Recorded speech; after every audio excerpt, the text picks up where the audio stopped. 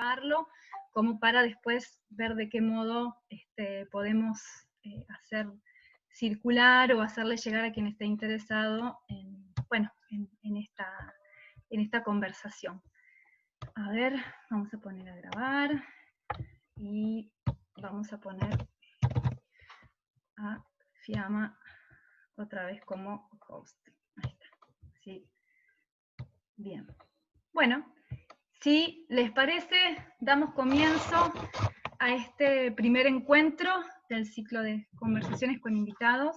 Es el tercer encuentro, el tercer ciclo que hacemos desde el área de acompañamiento terapéutico del Colegio de Psicólogos de Rosario.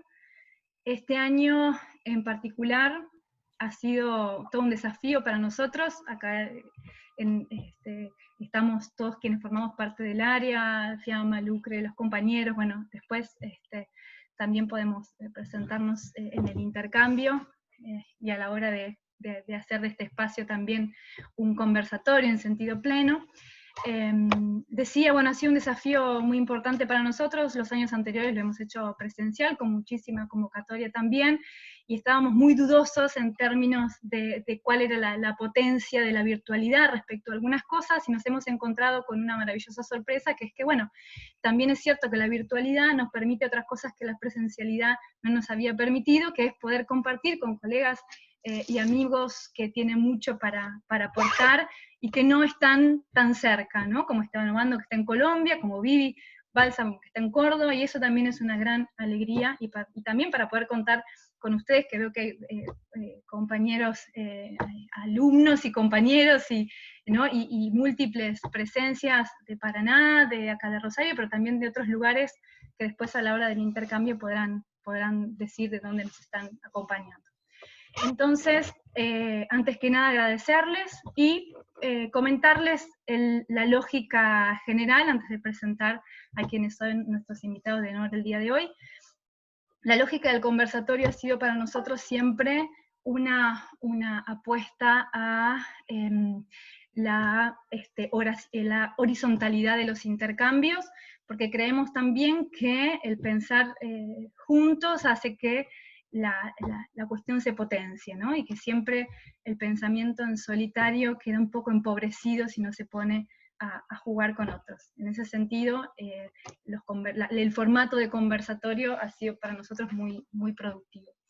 En este encuentro, puntualmente, nos hemos dado la cita en torno a una categoría que oscila entre la clínica y múltiples otros discursos que apuntalan la práctica en el campo de la discapacidad, que es el concepto de autonomía, y por eso hemos invitado a dos personas con mucha trayectoria, con amplia referencia en el campo del acompañamiento terapéutico, con cosas escritas, con cosas compartidas y con cosas por compartir, y hemos pensado en ellos específicamente para, bueno, abonar los intercambios y lo que podamos pensar sobre lo hecho, inventar sobre lo por hacer y asumir los desafíos de lo aún no pensado, es decir, bueno, de aquello que siempre está a punto de acontecer y para los cuales nunca estamos preparados. Siempre es necesario contar con otros para esas instancias, ¿no?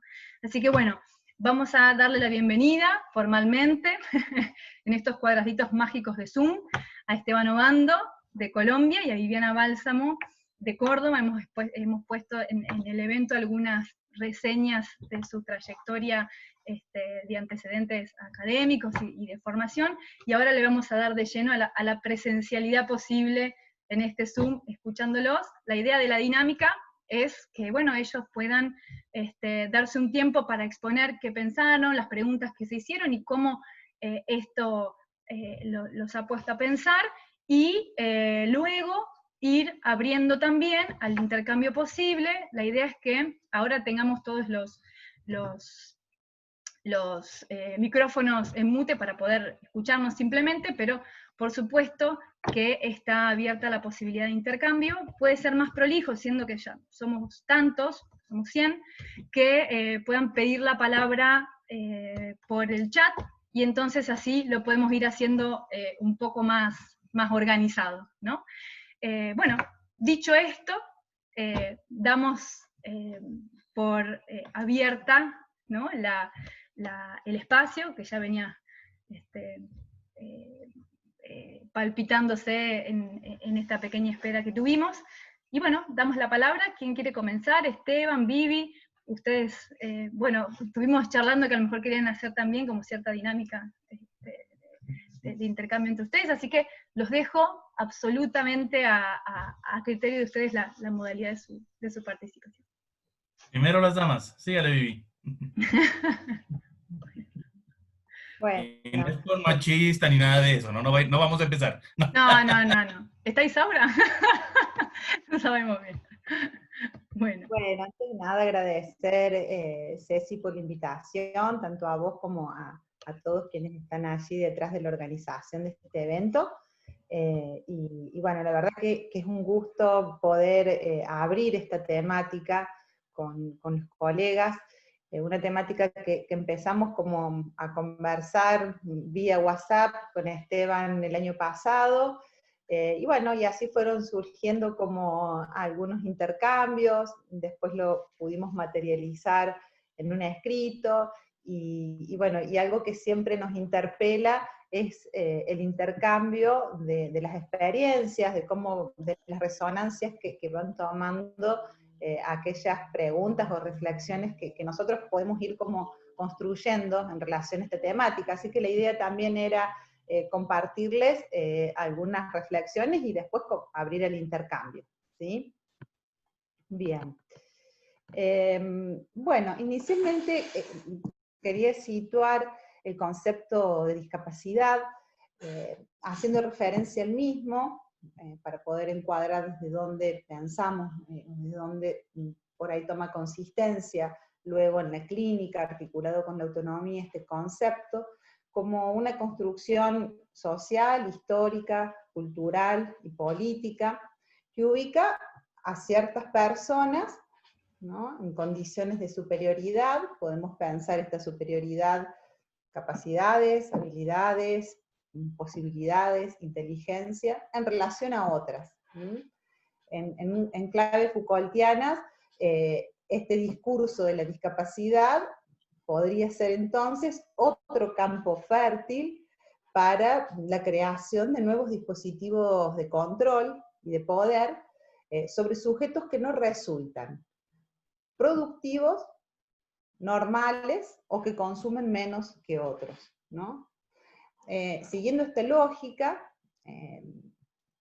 por ejemplo, algunos, no todos, algunos centros de rehabilitación podrían darnos como una propuesta para pensar esta construcción del discurso de discapacidad, que desde esta lógica neoliberal, sostenida en un sistema capitalista, digamos, con una noción de sujeto productivo, digamos, que señala allí los límites de lo normal, ¿no? Y que va acorralando en algún punto las posibilidades de decidir, de enunciación del sujeto, plantean, podríamos pensar que en estas lógicas de estos centros de rehabilitación, que vamos a tomar hoy como un ejemplo del centro de rehabilitación, pero pueden ser equipos, digamos, que bajo discursos hegemónicos construyen modos de abordajes que miden la eficacia de un tratamiento, ¿no?, a través del logro de una respuesta exitosa por parte del sujeto o adaptada de aquello que se le impone de manera reiterativa.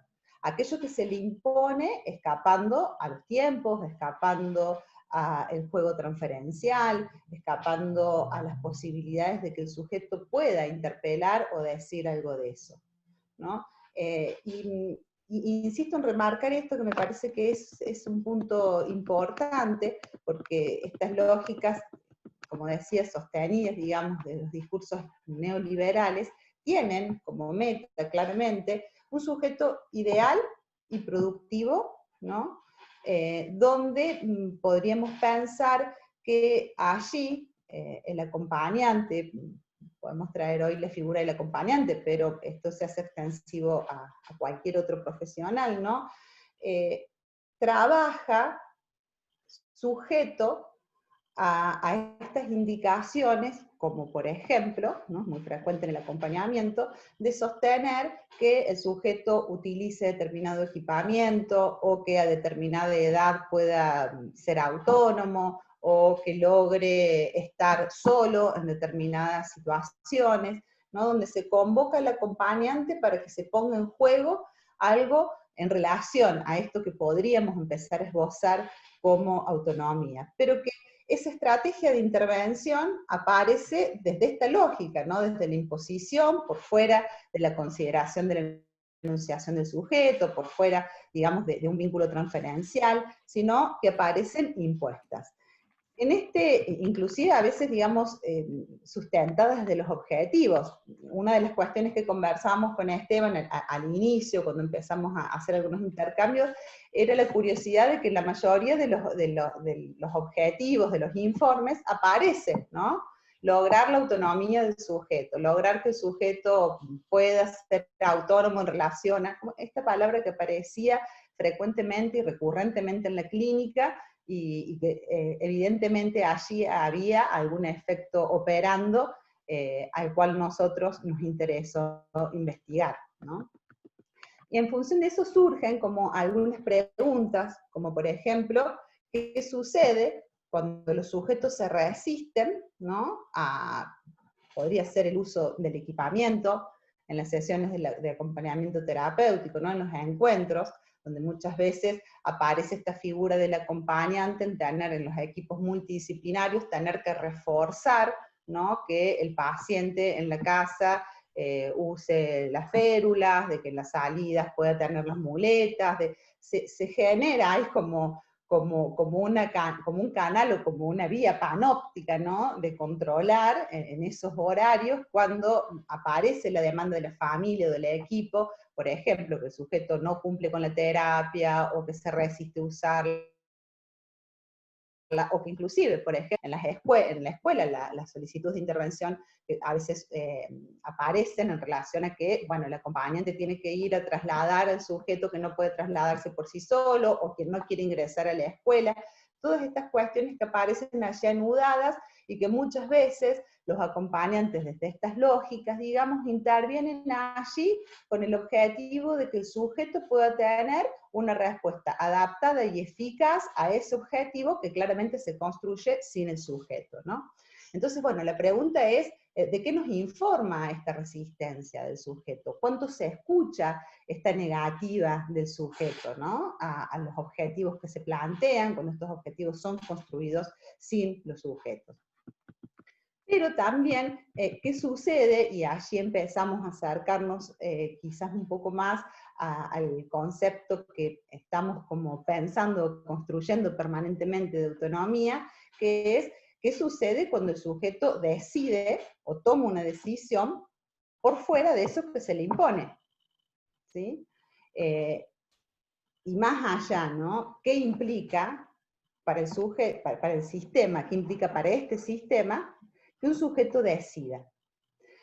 Este punto es importante, el tema de considerar la decisión y de considerar y tomar lectura de aquello que se presenta a veces, inclusive tomando una lectura que tampoco tiene que ver quizás con la resistencia, pero sí que cuando uno puede empezar a escuchar lo que ahí sucede, podemos empezar a pensar que algo de lo que el sujeto manifiesta tiene que ver con una decisión sobre algo que no está pudiendo decir de otra forma, y que la manera o los vehículos para que esa decisión pueda encontrar algún camino, claramente, al menos de una perspectiva psicoanalítica, son en vías de un trabajo transferencial, ¿no? En este punto, podríamos decir que inicialmente que un sujeto pueda decidir, no quiero usar tal equipamiento, ¿no?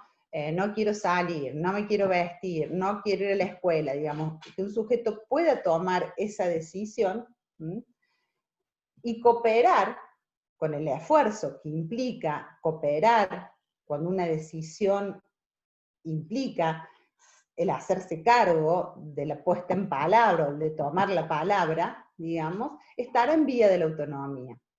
Aquí el primer obstáculo es cuando esa decisión no es la decisión que se espera, no es la decisión que acuerda con los objetivos, no es la decisión que espera el sistema, no es la decisión que cierta rehabilitación implementa. Bueno, entonces allí se empiezan a construir determinados dispositivos de poder y de control, digamos que, insisto, vuelvo al principio, ¿no? Responden a una cuestión más adaptativa, si se quiere, que el de poder poner a trabajar lo que allí se juega en esa posición. En esta línea también surgen algunas otras preguntas que frecuentemente circulan en la clínica, ¿no? Es interesante cuando llegan a supervisión algunos acompañantes, por ejemplo, y plantean, o inclusive las familias, bueno, es algo que al menos yo en la clínica escucho frecuentemente como una ecuación sin salida, ¿no? A mayor discapacidad, menor autonomía. En relación a esto, podríamos decir que un sujeto con una cuadriplegia que necesita de otra persona para autovalerse en las determinadas actividades de la vida cotidiana, digamos, es menos autónomo que otro que no tiene esas limitaciones. Bueno, nosotros empezaremos a pensar que esa ecuación es una ecuación nuevamente que responde a estas lógicas que anteriormente planteábamos, ¿no? ¿Por qué? Porque en ese punto habría en todo caso que preguntarse qué significa para los adultos referentes, sean estos los padres, sean estos los profesionales, o quienes están allí en un trabajo con el sujeto, la autonomía del niño, la autonomía del joven. Implica, pensamos, un reconocimiento de la propia castración, de lo que se pone en juego, digamos, en esa dialéctica de aquello que resulta por momentos insoportable, ¿no? Y que a veces logra hacerse soportable, en una dialéctica permanente. Pensaba en relación a esto, recordaba una joven, Lucía, que tenía 15 años, donde la solicitud de intervención del acompañante era porque la mamá, ella tenía una hemiplegia, y con la mamá era con la única que comía. La madre le daba de comer y era con la única persona que comía. Con el padre, con la hermana, con el resto de las personas que estaban allí disponibles, digamos, inclusive con los enfermeros y demás, no comía, pero últimamente ya no quería tampoco comer con la madre, porque cada vez que la madre le presentaba la comida, la escupía, tiraba la cuchara, bueno, hacía una serie de despliegues manifestando algo en relación a esto. Se solicita la intervención de esta acompañante para que el acompañante pueda estar en esas escenas, ¿no? Y el equipo propone que la acompañante sea en algunas instancias quien le da de comer a la paciente, a Lucía, para ver qué se pone en juego ahí. Lo que sucede es que cuando el acompañante, en ausencia de la madre, se estaba haciendo también un trabajo con la madre paralelamente en relación a esto, para que esto pueda ser soportable, ¿no?, para esta mamá, y Lucía empieza, cada vez que el acompañante le da la comida, a vomitar, ¿no? Entonces vomita toda la comida que le da el acompañante. Esto pasa una vez, pasa otra vez, pasan algunas veces, viene el acompañante a supervisar, y cuando ella me comenta, digamos, estas escenas, donde me dice que cada vez que le da de comer, vomita todo, que ella ya no puede sostener ese espacio, porque inclusive le genera como cierto asco, digamos, esta situación, pero que el equipo insiste en que tiene que instrumentar diversas estrategias, digamos, conductuales, de presentarle primero una cuchara, bueno, distintas estrategias, digamos, pero que al fin y al cabo la paciente lo que termina haciendo es vomitar, ¿no? Y que esta situación para ella se le estaba haciendo insoportable. Cuando ella plantea esto, mi sugerencia o mi pregunta hacia el acompañante es qué significaba para ella esa respuesta de Lucía. El acompañante ahí pone como en duda de que si el vómito de la joven era una respuesta, ¿no? Porque hasta ahora era algo automático, digamos, donde no se consideraba a esta paciente, digamos, que lo que ella pudiera emitir sea una respuesta a algo.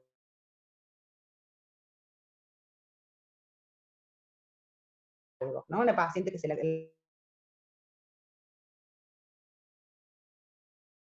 punto, entonces,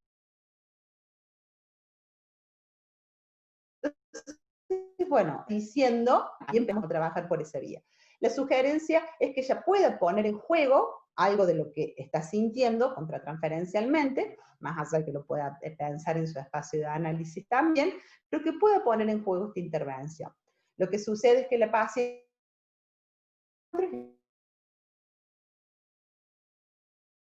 de comer, y allí pareciera que se termina el momento de la comida, ¿no?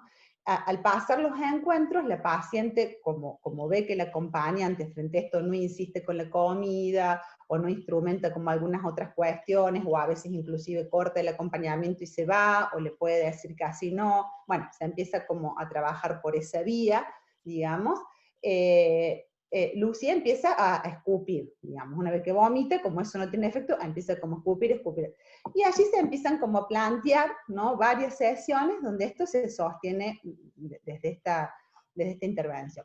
Un día, cuando llega el acompañante a la casa de Lucía, la encuentra Lucía como con un trapo puesto en el pecho. Y la madre le plantea al acompañante, y esto me parece que es como muy importante, que dice, yo le pregunté a Lucía si no se quería poner algo para no ensuciarse. Y Lucía me dijo que sí, ¿no? Una mamá que por lo general no le preguntaba a su hija, simplemente, bueno, la mamá decía ella no puede pensar, no puede hablar, no puede, ¿no? Porque era multiimpedida en ese sentido. Y le dijo que sí con la cabeza. Entonces se pusieron a ver, porque decía, bueno, no le podemos hacer un babero, porque un babero, entonces se pusieron con Lucía a elegir qué textura de la tela. Bueno, finalmente llega como con un chaleco, digamos, con este. A partir de ahí, digamos, Lucía deja de vomitar, ¿no? Cada vez que el acompañante intenta darle de comer. No es que come, no es que esto se resuelve mágicamente, pero hay un cambio y hay un movimiento que a mí me parecía como interesante situarlo en esto que les estaba trayendo, porque fíjense que ese movimiento que podríamos pensar que es un movimiento orientativo hacia una posición autónoma de la paciente, no es sin, digamos, que el acompañante haya hecho pasar esto por ella, ¿no? Por su angustia, por su imposibilidad, y tampoco no es sin, digamos, que la mamá pueda restarse, digamos, en esto de directamente a lo mejor ponerle el babero, digamos, y hacerle una pregunta a su hijo y a su hija. Allí se genera un movimiento donde lo interesante, que es un concepto que probablemente después continuemos desarrollando, donde Lucía coopera. Coopera eligiendo el barbijo, valga el lapsus, coopera eligiendo la tela que le ponen, coopera colaborando, bueno, y ese movimiento, ¿no?, es un movimiento que podríamos empezar a orientar o pensarlo en relación a la autonomía, pero que no era sin eso. Fíjense cómo todo este montaje de las técnicas conductuales y demás caían en un lugar que no tenían ahí una resonancia con lo que estaba pasando con Lucía. Bueno, en estos términos podríamos como pensar, porque también aparecía como esta pregunta cuando empezamos a trabajar el tema de la autonomía, bueno, entonces que la autonomía se enseña, hay que enseñarle a los padres cuando vienen a consultarnos en relación a cómo vamos a hacer que cuando sea grande, esto se enseña, qué pautas tenemos que tener, hay algunas consideraciones, bueno, estas cuestiones que aparecen, ¿no? Como si hubiese una especie de protocolo en donde se pudiera allí tomar algunas orientaciones en relación a la autonomía, ¿no?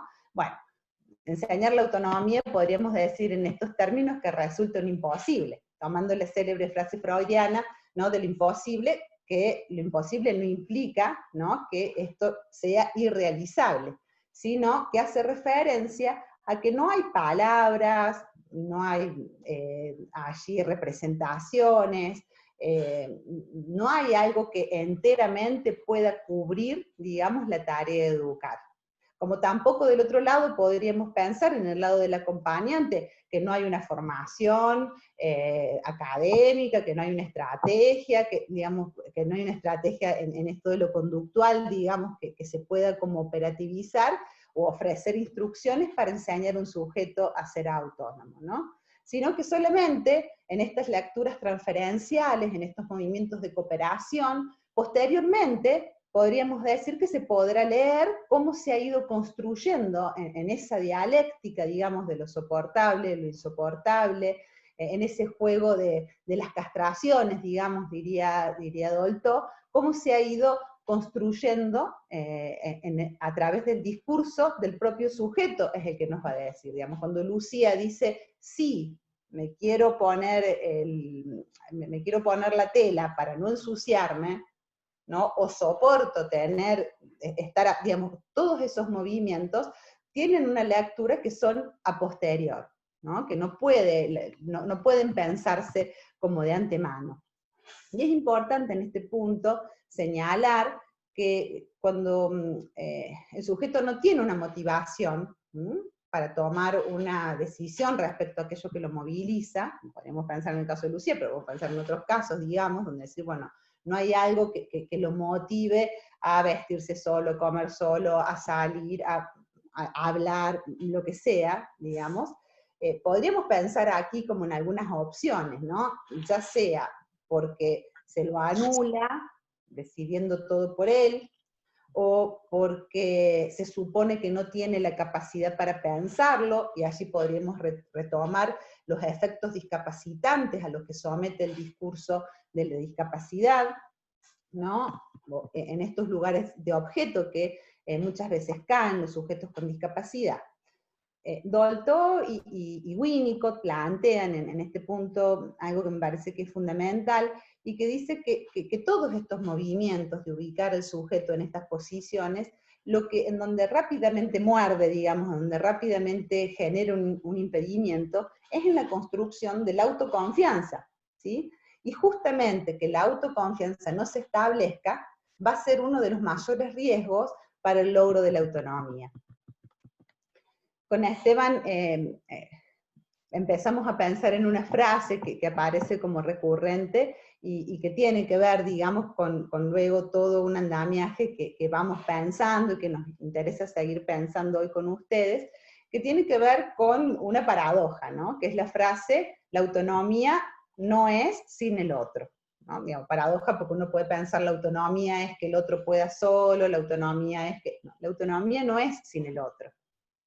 Ya que no hay una manera, en este punto, de deshacerse de esa condición de vulnerabilidad primaria, ¿sí? Donde las huellas de ciertos efectos que el lenguaje inscribe en cada sujeto, ¿no? Como también todos los movimientos primarios que se van construyendo en la relación con el otro significativo desde que el sujeto nace, digamos, y aun cuando no haya un otro, ¿no? Aun cuando no haya un otro que pueda sostener esa vía. Allí también hay ciertas marcas que son necesarias poder historizar y recapitular para poder pensar en la construcción de la autonomía. Es decir, que en esta línea es fundamental reconocer la precariedad humana para pensar en una redefinición crítica del concepto de autonomía.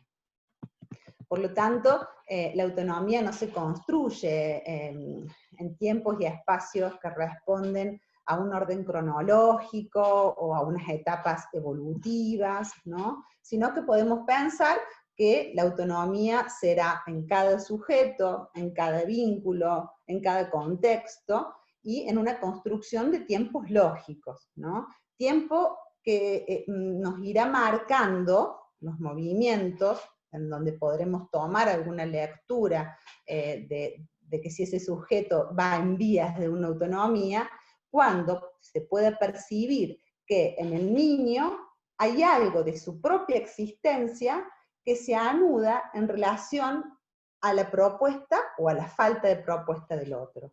¿Qué sucede con la cooperación del niño, del sujeto, frente a estas situaciones? creo que esto es fundamental, pensar el tema de la precariedad, digamos, y cómo el sujeto tiene que hacer, enfrentarse a esfuerzos para poder cooperar, digamos, frente a lo que el otro le demanda o para lo que el otro significa, digamos, ese logro. Ese movimiento es un movimiento en vías de la autonomía, pero también lo va a hacer si hay un otro que pueda reconocer, que pueda significar, digamos, esos movimientos para que allí puedan ir anudándose futuros pasos que van a dar en algún punto a movimientos en relación a un futuro. Pero ese futuro, y también conversábamos ayer con Esteban, que es otro tema, ahora que digo futuro asocio, que es el proyecto de vida, ¿no? El proyecto de vida en relación a lo que se espera idealmente que un sujeto puede hacer o no puede hacer. Lo cierto es que en la clínica de la discapacidad esto parece agujereado por todos lados, ¿no? Uno puede decir, bueno, yo creo que mi hijo va a ser, no sé, va a ser carpintero, va a ser futbolista, o tiene pinta para esto, o le interesa esto, ir a tener hijos, no ir a tener hijos, cómo ir a ser su familia. Estas preguntas muchas veces en las familias, digamos, en los padres con algún hijo con discapacidad, se encuentran interceptadas, ¿no? Lo que le intercepta ahí, podríamos decir entonces, no es tanto las posibilidades del sujeto de que eso pueda llegar a ser posible, ¿no? Sino los discursos de la discapacidad que caen ahí con estos efectos discapacitantes, ¿no? Donde pareciera que hay algo de eso que no puede ser posible. Pero que no puede ser posible porque no cumplen con un ideal, ¿no? De sujeto productivo. Podrá ser posible de otra forma, en otros tiempos, con otros andamiajes, pero bueno, hay una marca allí, ¿no? Que determina en algún punto estas vías de la construcción de la autonomía. Bueno, no sé, Esteban, te cedo la palabra, así después tenemos espacio para el intercambio con los compañeros. Buenísimo. Gracias, Vivi, espectacular. Yo voy tomando notas, también vayan tomando notas para hacer preguntas o comentarios sobre el final, así después cuando termine Esteban, hacemos una apertura. Pues siempre que hablamos de la autonomía, y yo siempre se lo digo a Viviana también, o a colegas con los que hablamos, nos metimos en un problema tremendísimo, digámoslo así, porque es un concepto demasiado complejo, demasiado escurridizo. Uno da paso en falso y se fue, como se dice, ¿no? Es un conceptico raro. Y me quedé pensando en esto de autonomía y discapacidad, porque pareciera un oxímoron, ¿no? Un oxímoron es esa figura retórica que utiliza dos palabras que se contradicen, pero que transmiten una idea, bueno, etc. Y habrá que preguntarse por qué es que la autonomía se vuelve ese gran ideal a alcanzar en quien se supone que no la va a tener, entre comillotas, ¿sí o no? De entrada los padres, yo que escucho ese tipo de padres, a la población, de entrada dicen no va a poder sin nosotros, ¿qué será de él cuando nosotros no estemos? Bueno, todas las preguntas de no poder pensar a la persona, que la persona va a quedar sola, ¿sí o no? Y ahí viene, no, tiene que ganar la autonomía, tiene que ser autónomo, ¿sí o no? Y ahí yo soy de los que cojo con mucha delicadeza este concepto que de por sí, justamente lo estaba pensando ahorita con los nudos de Lacan, bueno, y Lacan que enreda todo, ¿sí o no? En la misma autonomía está el nudo Borromeo. Está el auto, que es lo más imaginario que existe, autoestima, la autonomía, la autoconfianza, que decía ella Nación. Eso es del orden de lo imaginario. La anomía, que es la ley, que vendría a regularnos, ¿sí o no? Y efectivamente lo que no alcanza en la autonomía, que es lo real. Y habrá que preguntarse, por eso mismo, es un concepto que hay que cogerlo como que con pincitas, despacito, vamos viendo que no se nos vaya a caer, que no se nos vaya a romper más allá de lo rota que está la autonomía, porque la autonomía, en tanto autonomía, está rota, digámoslo así, ¿sí o no? Y me parece bien interesante porque este viaje de pensarse la autonomía y pensarse el campo de la discapacidad nos lleva a uno a pensar y a reflexionar sobre lo que sería de dónde viene el ser humano. A mí el campo de la discapacidad, en términos clínicos, me gusta mucho porque efectivamente es un encuentro que uno tiene con la precariedad humana. ¿Sí o no? Es decir, como diría Freud en el texto de lo ominoso, de lo terrorífico, es con lo familiar que nos reencontramos después que retorna aterrador. Y lo aterrador, y como Freud diría en el caso Juanito, y lo que es aterrador o lo que no entendemos cuando el padre habla de las tonterías del niño, ¿sí o no? Freud le devuelve algo así como que, claro, tonterías lo que no entendemos, digámoslo así. Y ahí ya tenemos como que una paradoja. ¿Por qué? Porque de entrada no comprendemos la discapacidad. Y François Dolto de entrada también dice que un ser humano sufre mucho al no poderse hacer comprender. Entonces, como para hacer este camino, me gustaría iniciar con un texto de Clarice Lispector, que le hemos sacado jugo, ¿verdad, Viviana? Eso sí, para todo, hacemos un comentario, preguntamos a Clarice Lispector, ¿sí o no? Sí, de entrada. Y Clarice Lispector en un cuentico que se llama Niño dibujado a pluma, que es una obra de arte, digámoslo así, nos pone sobre la mesa esto que Viviana ya venía diciendo y que nosotros escribimos en el artículo que salió en la segunda edición del libro, que es que la autonomía no es sin el otro, pero no es sin cualquier otro, no. Estamos hablando del otro con mayúscula de la teoría de Lacan. No es cualquier otro, digámoslo así, sí o no, sino que es sin el otro, al cual sin el otro no estuviésemos contando el cuento. Ese otro al cual nos sujetamos. Y más allá de que nos sujetamos, también nos sujeta. Pero sin intención por parte del niño de sujetarse a la estructura, que a ella vendrán a hacerse preguntas muy profundas, por ejemplo, cuando teoricemos y trabajemos el campo del autismo, que es con lo que uno se topa, chicos o niños, digámoslo así, que no se anclan a la estructura. Es decir, que no logran engancharse. Y por eso hay la gran pregunta, ¿hablamos de sujeto o no hablamos de sujeto? Y yo soy de los que digo, como el sujeto supuesto saber, entonces la transferencia la sostiene el analista y el sujeto está ahí, digámoslo así. Y habrá que preguntarse ahí. Y Clarice Lispector nos dice de una, el niño está llorando, ¿no? De entrada, porque, ay, se cayó y el niño está llorando. Y dice, casi desfallece de tanto sollozar. Tiene que transformarse y hacer algún movimiento, urgentemente en algo que pueda ser visto y oído, porque si no se quedará solo. Tiene que volverse comprensible, porque si no nadie lo comprenderá. Si no nadie se acercará a su silencio. Si no dice, no cuenta, nadie lo reconocerá. El niño piensa entonces, esto es magia lo que viene ahí, haré todo lo necesario para que los demás y que los otros sean míos. Hago trampa para que me amen. Es totalmente mágico esto de llorar para recibir a cambio una madre. Y ahí, eso quiere decir de entrada que no, esto lo voy a completar con una frase también de François Dolto, porque efectivamente nos preguntábamos, ¿se enseña la autonomía? Eso se enseña, es decir, venga, le voy a enseñar a ser autónomo, mijito, o venga, pacientico, le voy a enseñar a ser autónomo, o acompañado, como quieran llamarlo, ¿sí o no? Pero yo daba una vuelta y me preguntaba y decía, quizás no se enseñe, pero quizás sí se aprende, que es como una paradoja, ¿no? No, es imposible enseñarlo, hablando de los hipótesis freudianos, pero sí se aprende. Niño dibujado a pluma de Clarice Lispector. Gracias, Maite Paracho. Bien, es. eh, eh, y hay una palabrita con la que yo siempre juego, me gusta jugar mucho con las palabras, ¿sí o no? Y hay una palabra que es la aprehensión, que es con la H intermedia, y habrá que ver que si bien la enseñanza, la autonomía no se enseña, sí se aprehende. Y François Dolto nos dice, en un libro que se llama Niños agredidos o agresivos, dice, es menester que el niño aprenda, pero está hablando del aprendizaje, no de la aprehensión, ¿sí o no? La aprehensión la introduzco yo. Es menester que el niño aprenda por sí mismo los ritmos de la vida. Tiene que aprenderlos. Si la madre lo manda y lo decide todo, en última instancia el niño terminará por no tener su propio cuerpo. Su cuerpo pertenece todavía al adulto.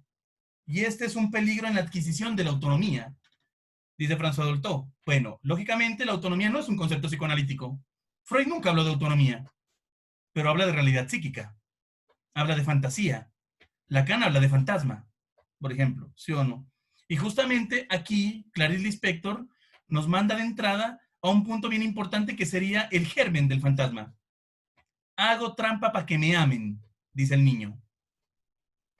Y habrá que preguntarse entonces cómo se estructura la famosa autonomía, que yo no lo había pensado ahorita, eso en realidad lo pensé mientras escuchaba a Viviana. Se amarra el nudo ahí, está el nudo entre lo simbólico, lo imaginario y lo real. Habrá que ver cómo ese es capaz de responder. Justamente hoy trabajaba con una paciente que tiene una dificultad tremenda, tremenda, tremenda. Ella está en tratamiento, entre comillas, por una deficiencia cognitiva. No hay deficiencia cognitiva, para nada, ¿sí o no? Lo que sí hay es una dificultad tremenda para comprender y para hacer algo ante la demanda del otro. Entonces, su mamá le dice, anda a lavar los platos, ella va a lavar los platos, e igual la mamá termina peleando. ¿Por qué? Porque dejó una olla por allá, siempre deja un resto también, ¿no? Como diría Freud, la tontería neurótica, pues, digámoslo así. Y, y claro, y se queja, y alguna vez yo le devuelvo y le digo, ¿y es que acaso el problema será la olla? ¿Por qué se le dificulta a usted ver más allá de la olla? Más allá del popo del perro, más allá de los 5,000 pesos colombianos, lógicamente, que no quiso dar para comprar el pan para el desayuno, porque imagínense argentinos, ¿sí o no? A nadie le gusta lavar ollas, dice Jonathan, aparte de eso, ¿sí o no? Y justamente hoy le devolví algo así porque ella empieza a decir, sí, yo me he dado cuenta que tengo que decidir por mí misma, que tengo que tomar mis decisiones, que no puedo depender del otro, que tendré que empezar a comprender lo que dice. Bueno, empieza, ¿no? Su retaila. La retaila empieza ahí. Y entonces yo le devuelvo algo y le digo, es que usted decidir siempre ha decidido. Es decir, nunca ha dejado de decidir. La pregunta aquí es ¿por qué decide por lo que le hace daño? ¿Por qué se va por ahí? ¿Qué es lo que la empuja a insistir en eso? Claro, la pregunta que se introduce ya es por el goce. Y acá habrá preguntarse justamente con lo que introducía Viviana, de lo que uno encuentra mucho en los tratamientos, de que cuando el paciente, yo hablo específicamente de niños porque trabajo con niños, ¿sí o no? Y recuerdo tanto un chiquitín que llegó a mi consulta porque apenas él estaba operado de las caderas, con un diagnóstico de parálisis cerebral, y el fisiatra dijo que el niño caminaba o caminaba en 6 meses. Bueno, pues claro, empezaron a coger como muñeco, como violín prestado, diríamos en Colombia, ¿sí o no? Y el niño no hacía nada más que gritar. Claro, entonces psicólogo, necesitamos el psicólogo. ¿Para qué necesitan? ¿Y para qué necesitamos un psicólogo? Y había una, en teoría, digámoslo así, una figura de acompañamiento terapéutico, pero digo en teoría porque no se pensaba desde el acompañamiento terapéutico, más bien estaba desde el modelo de las sombras, que se trabaja mucho acá en Colombia. Era una fisioterapeuta. Y claro, entonces en una de esas le digo a la fisioterapeuta, venga, reunámonos, y le digo, ¿qué es lo que pasa? ¿Para qué yo? ¿Para qué un psicólogo? ¿Sí o no? Y lo mismo le preguntaba al niño, ¿para qué un psicólogo? Tu problema está en las caderas. ¿Cuál es el problema? ¿Sí o no? Digámoslo así. Pero con el niño ya se escribe otra historia, y la historia que les quiero contar, entonces llega la fisioterapeuta y dice, es que él camina o camina, Esteban. No hay salida. Entonces yo le digo, ¿cómo así que él camina o camina? ¿Ya le preguntaron? ¿Ya al menos saben dónde quiere ir, por lo menos? ¿O qué quiere decir él camina o camina? Y él dice, es que tengo que demostrarle al fisiatra que mi carrera sí sirvió. Porque el fisiatra me dijo, yo trabajo con niños de edad escolar. Ah, chévere.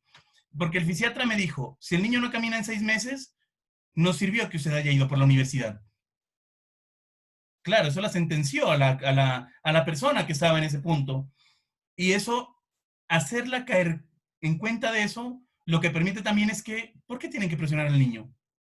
Igual el niño tendrá un ritmo para hacerlo. Igual es un niño muy despierto, muy inteligente, que en sesión, por ejemplo, alguna vez él decía, Esteban, y siguen insistiendo en que camine, pero es que no me dicen el camino. ¿Para dónde voy a ir? ¿Para qué quiero piernas? Si igual pido algo aquí y me lo dan. Yo no quiero levantarme y tener que coger las cosas como lo hacen ustedes. ¡Qué pereza eso! El niño, ¿sí o no? Un niño muy, muy despierto, que en realidad estaba en otro campo ya, el niño, pero efectivamente eran sus adultos alrededor.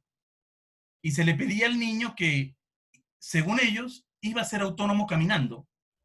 Y aquí entonces vuelvo a la pregunta sobre lo que dice François Dolto, sobre lo que dice Clarice Lispector, con esto de que hago trampa para que me amen, porque aquí tenemos que hacernos una pregunta bien importantísima.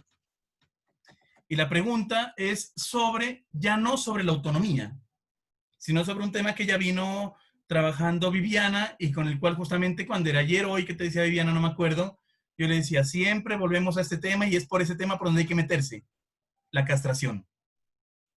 Sabemos que es la castración, ¿verdad? Es decir, bueno, yo le preguntaba a Cecilia con quién vamos a hablar, ¿sí? Entonces yo doy por sentado de que, bueno, de que estamos por castración, campo lacaniano, ya hágale. No, no, mentira, ¿no? Si alguien tiene preguntas, dudas, nos vamos deteniendo y me van comentando.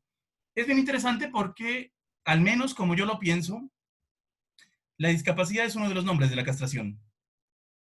Es uno de los nombres, y quizás lo que nos confronta con nuestra condición precaria, porque nosotros nacimos en condición muy precaria. Ya lo dice Freud de entrada en una obra que al mismo Freud no le gustaba y que el mismo Freud no quiso imprimirla y que tocó esperar a que se muera para imprimirla, ¿sí o no? Que es el proyecto de psicología para neurólogos, el proyecto de psicología para neurólogos, ¿sí? Donde él dice que es la primera experiencia de satisfacción la que determinará las futuras búsquedas morales, por ejemplo, dice Freud. Y él se remite al primer encuentro del sujeto, bueno, ahí no podríamos hablar de un sujeto, pues digamos de un protosujeto, o del sujeto a devenir, ¿sí o no?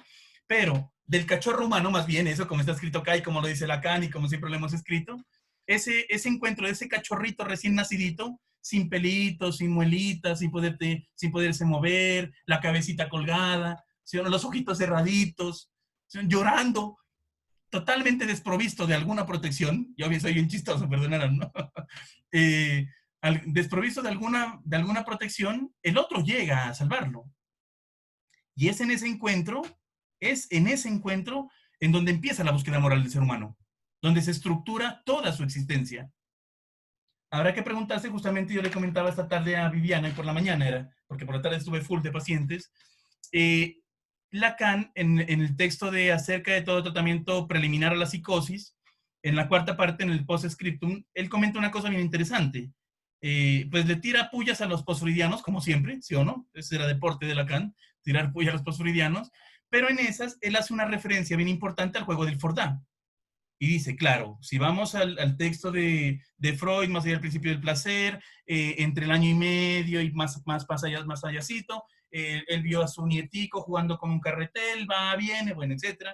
Y la lectura que hacen los postfreudianos es que ahí surge, es que ahí nace el campo simbólico, digámoslo así. Lacan dice no. Que salga el Fordá, que el niño juegue a esto, no quiere decir que ahí nació. Lo que quiere decir es que ya estaba y se manifestó.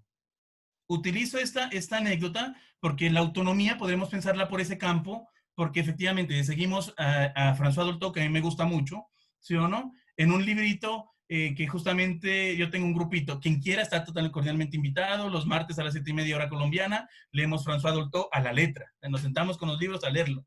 Justamente ahorita empezamos otro. Y justamente en la causa de los adolescentes, que es la continuación de un libro de ella que se llama La causa de los niños, François Dolto empieza hablando de la autonomía. Y es bien curioso porque terminó su libro hablando de la causa de los niños, la estructura de los niños, un libro que me gusta mucho porque dice que Colombia es del cuarto mundo. Excelente, François Dolto, te felicito, ¿sí o no? Y tiene razón, hasta del quinto. Y empieza hablando de ya la entrada a la adolescencia. Incluso se pregunta por la crisis de los 11 años, dice François Dolto.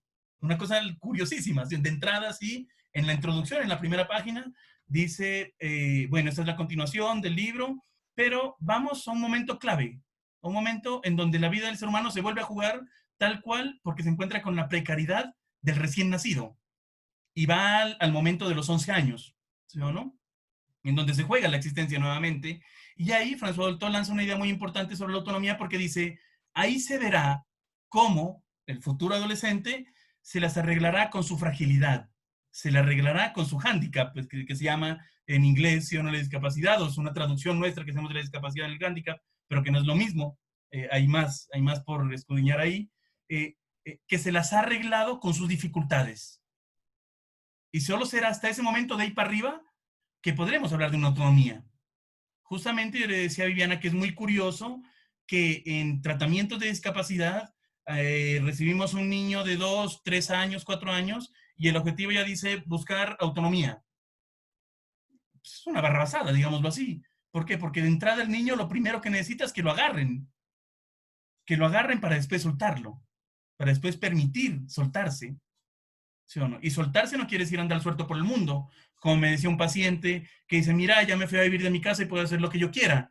Yo digo, ¿será que puede hacer lo que quiere? Ajá, digámoslo así. ¿Sí o no? Es decir, poder separarse del otro. En el campo de la discapacidad es bien curioso porque en su afán de sostenerlo, esta pregunta, justamente yo le devolví a unos padres eso, cuando ellos decían, Esteban, ¿qué vamos a hacer cuando, cuando nosotros no estemos? Y vale el lapsus porque justamente algo que hablábamos era, es que ¿quién no va a saber qué hacer con el otro? Cuando él no esté o cuando ustedes no estén. A veces lo que más encontramos es que es el otro el que no sabe hacer sin. Porque a ese que se queda a la deriva, a veces no se le da la oportunidad. Y no solo en términos de pregunta, no solo en términos de decisión, no solo en términos de que decida qué ponerse o no ponerse, de que decida qué color de zapatos quiere o qué quiere comer o no. No, sino en términos de dejarlo, no es posible separar aquello que nunca estuvo unido. Ah, efectivamente. Sino más bien en términos de que se pueda separar. Y ahí vamos a un punto bien importante, Viviana, la alienación. La alienación es esto que nos está diciendo Clarice Lispector ahí cuando habla. Isa, le trasladan un problema de los padres al niño. ¿Han escuchado ustedes una canción de, gracias, me hiciste acuerdo, una canción de Juan Manuel Serrat que se llama Esos locos bajitos? Justamente, él dice tal cual así, espérate, verás, lo busco, lo busco, lo busco. Cargan con nuestros dioses y nuestro idioma, nuestros rencores y nuestro porvenir. Por eso nos parece que son de goma y que les bastan nuestros cuentos para dormir, dice la canción. Nada ni nadie puede impedir que sufran, que las agujas avancen en el reloj, dice Juan Manuel de Serrat. Que decidan por ellos, que se equivoquen, que crezcan y que un día nos digan adiós. Esa es una canción que se la recomiendo, se llama Esos locos bajitos, que es una canción muy bonita, porque aquí habrá que preguntarse, ahora que yo introducía el tema de la castración, y que la discapacidad de entrada nos enfrenta a la castración, ¿sí o no? Es que la labor de padre es vérselas con eso.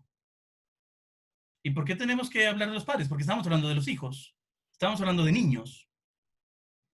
Hay algo que a mí siempre me ha llamado la atención y que no es lo mismo adquirir una discapacidad, por ejemplo, que yo tenga un accidente en ese momento y adquiera una discapacidad ahorita, ¿sí o no? Lo que se llama adquirir la discapacidad, y otra cosa es haber nacido con ella. No es lo mismo.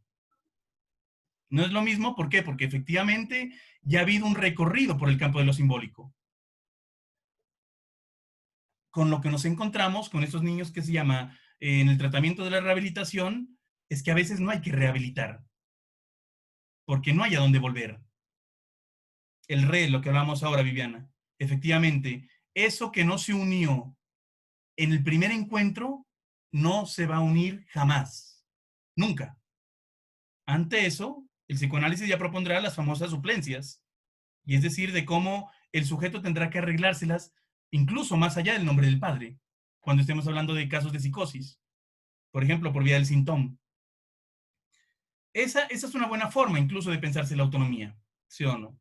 ¿Por qué? Porque aquí ya va a ser, cada quien tendrá que arreglárselas con su castración, con su hándicap, digámoslo así, con su límite, con lo que no pueda. Lo curioso es que cuando estamos en población de condición de discapacidad, con lo que nos encontramos efectivamente es que la autonomía no le permitimos que sea ese resultado importante del cual nos va comentando François Dolto, que tiene que irse aprendiendo, más no enseñándose, ¿sí o no? Que el niño lo va aprendiendo, va domando su mundo, va domando su cuerpo, porque es bien bonito que aquí François Dolto no se refiere al deseo, se refiere al cuerpo. Dice, el cuerpo le pertenecerá todavía al adulto. François Dolto no se refiere al deseo. No dice el deseo del niño, es el deseo, no, dice el cuerpo. Y es bien interesante porque en otro capítulo más atrás dice que el cuerpo es el reservorio del deseo. Hay un montón de cosas, pues, que ya nos podemos ir con la canción, ¿no? Pero en el transcurso de los tratamientos, con lo que nos encontramos es que la autonomía es una instalación, es una implantación de la autonomía, como si se la pudiera implantar. Justamente tenía preparada para ustedes una viñeta de un acompañante, aprovechando el COVID, tu lapsus del barbijo, todo esto, ¿sí o no? Porque el COVID para mí ha sido lo mejor que nos ha pasado. Todo esto que hace. Mire cómo estamos de chéveres. Hemos hecho tantos contactos, tantas cosas que antes no nos animábamos, ¿sí o no? Y es un acompañante que acompaña a un joven de 21 años, esquizofrénico. Su diagnóstico es autismo atípico, ¿sí o no? Pero es esquizofrenia, que tiene un rasgo muy, muy, muy marcado de abulia. No quiere nada. Todo el equipo terapéutico se lanza por la vía de adquisición de independencia y autonomía y fortalecimiento de proyecto de vida. Es el objetivo, ¿sí o no?, del equipo. ¿Proyecto de vida de quién? Del equipo y de los padres. Simple, digámoslo así, ¿sí o no? En esas, el acompañante iba a su casa, bueno, toda la cosa. Llega la pandemia, se empieza a hacer un acompañamiento por vía virtual, no se puede sostener, el acompañante vuelve, retorna a la casa, pero hay un cambio y justamente en una supervisión, él llega y dice algo así como que, no, las cosas con Pepito están cada vez de mal en peor, no quiere comer, no quiere bañarse, o si se baña se levanta a las 3 de la mañana y se demora 2 horas en la ducha, no quiere salir de su cuarto, bueno, toda la cosa, ¿sí o no? Y comenta una escena en donde la mamá le sirve el desayuno, y le dice, Pepito, a comer, no quiero. Pepito, a comer, no quiero. Releva al acompañante y el acompañante le dice, no, pues Pepito, vení, vaya a comer, no quiero. Se hizo al mediodía y claro, hermano, se quedó servido eso ahí. Y en eso el acompañante, como que ya cansado, porque ya tenía que irse, ¿sí o no? Baja a hablar con la mamá. Y en eso se levanta Pepito y va y come. Entonces yo le digo, ¿te diste cuenta de eso? No, ¿de qué? Pues yo tenía que hablar con la mamá. ¿De qué me di cuenta? Que Pepito comió cuando no le dijiste nada. Entonces digo, ¿cómo así? Me dice, ¿no? Entonces yo digo, sí, Pepito, sin que tú le digas nada, así sea al mediodía, almuerzayunó, podríamos decirlo, ¿sí o no? Se levanta y va y come. ¿Qué es lo que se está jugando ahí? ¿Qué lectura podemos hacer de ese evento? Claro, el acompañante queda como que, no, pues, fijo, le dio hambre. Entonces yo le pregunto algo y le digo, ¿te han ofrecido desayuno? Sí, pero lo rechazo, dice. Ah, ¿y desde cuándo lo rechazas? Desde que empezó el COVID, dice. Ah, desde que empezó el COVID. ¿Qué pasa? No, pues me da miedo que me infecte. El protocolo de la institución donde trabajamos dice que no tenemos que tener acceso. Bueno, tin, tin, tin. Entonces no le recibo. ¿Y antes lo recibías? Sí. ¿Y él desayunaba contigo? Sí. Ah, le digo. ¿Y cómo eran esas escenas? Dice, entonces él ya penetra, ¿sí o no? Y dice, hay algo importante y es que hasta ahora caigo en cuenta, dice el acompañante, él siempre desayuna solo. En la casa, todos hacen todo solo. Incluso él no come su desayuno en el comedor, sino en la cocina, en un mesón que hay cerca de la estufa. Pero siempre es el último en desayunar y siempre desayuna solo. O almuerza solo o cena solo. Come solo. Yo le decía, a excepción de los días en que tú aceptabas el jugo, o aceptabas el café, o aceptabas el huevito frito, bueno, sí, ahí comíamos juntos. Entonces yo le digo, ¿y por qué no recibes el desayuno? Igual, ya sabes que esta mamá es más obsesiva que tú mismo, le digo. Es decir, en esa casa pueden enfermarse de cualquier cosa menos de COVID. Digámoslo así. Sí, es una mamá ultra obsesiva. Y le digo, y habrá que ver cómo se amarra esta escena con el hecho de que tú no estás siendo hospitalario a quien te ofrece un plato de comida, a quien te ofrece algo de su vida íntima. Por tu propio miedo, por tu propia angustia, no está recibiéndolo. Y el chico queda como un hombre no autónomo que está pendiente de que el otro le diga lo que tiene que hacer. Quizás él ya ha sido muy autónomo toda la vida. Tan autónomo que se separó muy pronto del otro y quedó a la deriva. Y será más bien que habrá que hacer un giro y que usted sea capaz de aceptarlo en su diferencia, incluso con un huevito y un café, pues póngale el plus de goce, digámoslo así. ¿Y qué es lo que se encuentra ese acompañante? Efectivamente, que él no había escuchado esa escena, que él no se había preguntado que por qué este hombre come solo, el efecto, la trama vincular que hay atrás de la casa, las decisiones que ya han tomado cada uno de los miembros, y eso nos pone de antemano en que la autonomía, incluso si la autonomía se muestra como tal, es efecto del sujeto, psicoanalíticamente hablando, ¿sí o no? Y si el sujeto se muestra, es corte, es lo que no marcha, es lo que no va, es lo que dice no. Y eso quiere decir que si la autonomía se muestra, va a ser para problemas. Y aquí voy otra vez con el cuento de Clarice Lispector. Entonces, si hago trampa para que me amen, ¿a quién le estoy haciendo trampa? ¿Qué implica que tome yo, por mi propia voz y mis propias palabras, como puedan salir, porque si no puedo hablar por acá, saldrán por otro lado, no se preocupen? ¿Qué implicaría decirle al otro no? Clarice Lispector lo dice muy bonito. Hago trampa para que me amen. Entonces yo le preguntaba a Viviana, bueno, entonces le digo, ¿hay autonomía más allá del fantasma? ¿O somos autónomos del fantasma o qué? Porque si ya estamos atrás de la pantalla del fantasma, no somos autónomos. Porque estamos amarrados, ¿sí o no? Pero superar el fantasma hasta el final de análisis, todo ese camino que hay que hacer, es un ideal medio rarito, digámoslo así. Los psicoanalistas somos raritos, ¿sí o no? Es un ideal rarito. Pero entonces ahí uno se pregunta, primera cosa que pensábamos, quizás a un niño no hay que pedirle la autonomía. A un niño habrá que acompañarlo, habrá que estar ahí, por más dificultades que tenga. Porque el niño sí requiere la confianza que el adulto le ofrezca. Y es en esa confianza que el adulto le va ofreciendo que el adulto le va transmitiendo algo, porque el adulto, mientras va enseñando, si es que enseña, porque hay cosas que podrá enseñar y cosas que no podrá enseñar, si va transmitiendo algo. Una de esas cosas, en palabras de François Dolto, sería la alegría de vivir. Uy, qué gallo. ¿Allá le dicen gallo o cómo le dicen? Yo le digo gallo, ¿sí o no? La alegría de vivir. Y la alegría de vivir sería que persona X, construya su propia realidad psíquica. Realidad psíquica que efectivamente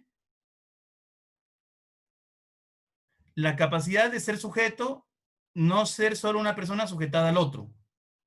Ahora debatimos de eso. Ahora lo debatimos. ¿En qué fue que me quedé? En el fantasma. En que se requiere de que un niño tenga la alegría de vivir. La necesita. Y será ahí, en eso que se va ganando, que va ganando un cuerpo, que va ganando un deseo, que el deseo es deseo del otro. O sea, ya me puse lacanianísimo, ¿sí o no? El deseo es deseo del otro. Y si el niño, y si el bebé tiene un deseo, es que el otro lo desee. Ese sería, según el seminario 4 de Lacan, el deseo principal de un bebé. Que su deseo es que el otro lo desee. Viviana, ¿quieres decir algo? Sí, sí, ya antes de abrir el debate, digamos, pienso en esto de la alegría de vivir, digamos, y la importancia como de sostener esa alegría. Volvemos a Dolto, bueno, confesamos que con Esteban somos bastante seguidores de Dolto, la hemos citado a cada rato, pero ella dice algo que es muy bonito, digamos, muy práctico, y con su sentido común, digamos, siempre tan que acompaña, ¿no?, a pensar. Ella dice, bueno, más allá de que la decisión del otro sea no hacer algo, o sea una oposición, ¿no?, al no querer ir a dormir, no querer cooperar, no querer, si hay un otro que puede decirle, más allá de eso, te sigo esperando, o te sigo amando, ¿no? Está la posibilidad de volver a hacer una apuesta por parte del niño. Y me parece que eso es interesante porque pone en juego ahí en ese adulto que cuando esta contradicción que a veces se presenta, ¿no? De, bueno, tenés que dormir, no va a dormir, tenés que cambiar, tenés que comer, lo que sea, digamos, ¿no? En este orden, muchas veces pesca, digamos, a los padres y también a los terapeutas, digamos, que no pueden como hacer lugar esa escucha, a una batalla, ¿no? De que lo tiene que hacer, a que lo puede hacer, a buscar herramientas, no sé, se me viene en la cabeza, no sé si ustedes... no sé, Esteban, allá si existe, pero hay un libro que se llama Duérmete Niño, ¿no? Que supuestamente plantea como estrategias para que un niño se duerma, cuando un niño no se puede dormir, ¿no? Estrategias medias como universales. Digo, qué importante que es que se pueda como poner en juego por parte del adulto referente cuando el niño se resiste o opera algo en la negatividad de eso, en poder, ¿no? Hacer ese lugar, en poder donar, ¿no? Eso que aparece en ese territorio que Dolto lo dice claro, digamos, ¿no? Podrá haber un desencuentro inicial, pero después siempre hay un espacio donde más allá de eso, ¿no? Se sigue amando, se sigue queriendo, se sigue esperando, ¿no? Porque eso hace que el niño tenga el reconocimiento para volver a cooperar una y otra vez, ¿no? Ahora, cuando del lado del otro eso no está, digamos, es complejo incentivar al niño a volver a apostar ese lazo, ¿no? Bueno, eso nomás, antes de abrir el debate, que creo que ya nos quedan algunos minutos. No sé, Esteban, si querías agregar algo, discúlpame, te interrumpí, pero me vino como... No, yo como soy bien desordenado, teníamos aquí como un textico, no dije nada de ahí, ¿no? Pero sí Era de quiero esperar, terminar un era de pedacito. esperar, era ¿Cómo? de esperar. Era de esperar. Sí. No, Está pero sí muy hay una bien. crítica con la que quiero terminar Ujú. y que como acompañantes terapéuticos, si trabajamos desde el acompañamiento terapéutico, sí o no, como analistas si trabajamos desde el psicoanálisis, tenemos que tener en cuenta algo, y es que no podemos suponer que todo fracaso preocupa al sujeto, ya que eso es ubicarse en una perspectiva pedagógica. Hay fracasos que no lo contrarian y que incluso lo valorizan absolutamente. Son los fracasos que sostienen sus identificaciones ideales. Ese es un textico de Colette Soler que se llama El psicoanálisis frente a la demanda escolar, que es un libro del 82, ya, viejito. Las normas APA no me dejaría citarlo, ¿sí o no? Pero no me importa. Y es bien importante porque ahí el psicoanálisis, acompañando al acompañamiento terapéutico, ¿sí o no? Porque el psicoanálisis le presta algunos elementos al acompañamiento terapéutico, y también el psicoanálisis, o al menos como yo lo pienso, puede aprender mucho del acompañamiento terapéutico. ¿Por qué? Porque es por vía del acompañamiento terapéutico que el psicoanálisis puede sacar su armazón teórico a la calle. No todos van a pasar por un diván. No todo el mundo es para un diván. Y hay que tener otras respuestas. Por ejemplo, la respuesta institucional. Respuesta en la cual el acompañante terapéutico es vital.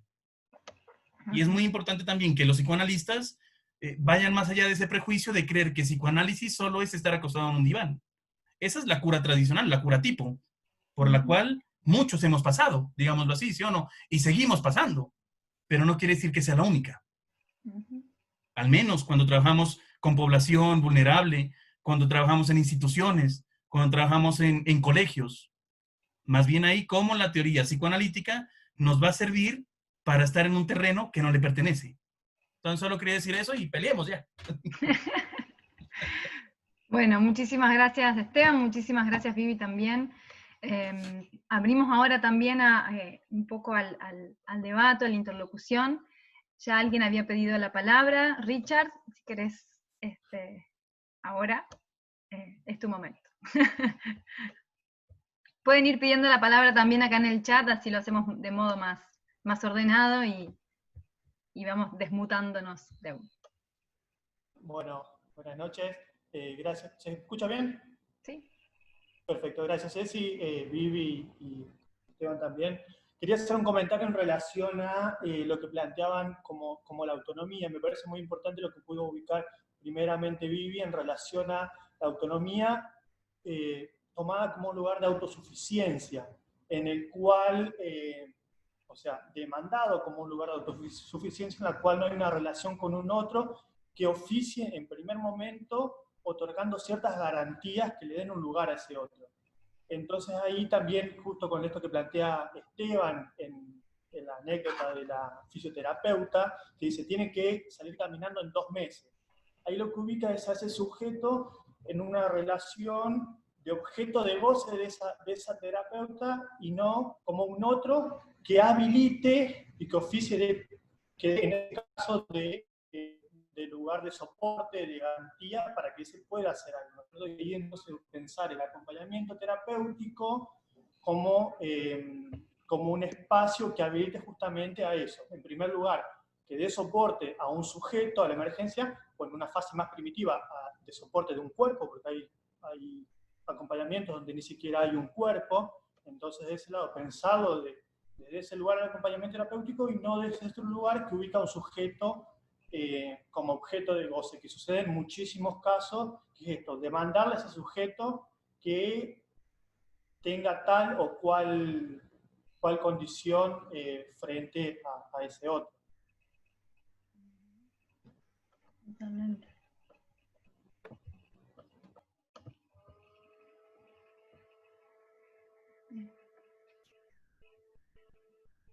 ¿Alguien más quiere tomar la palabra?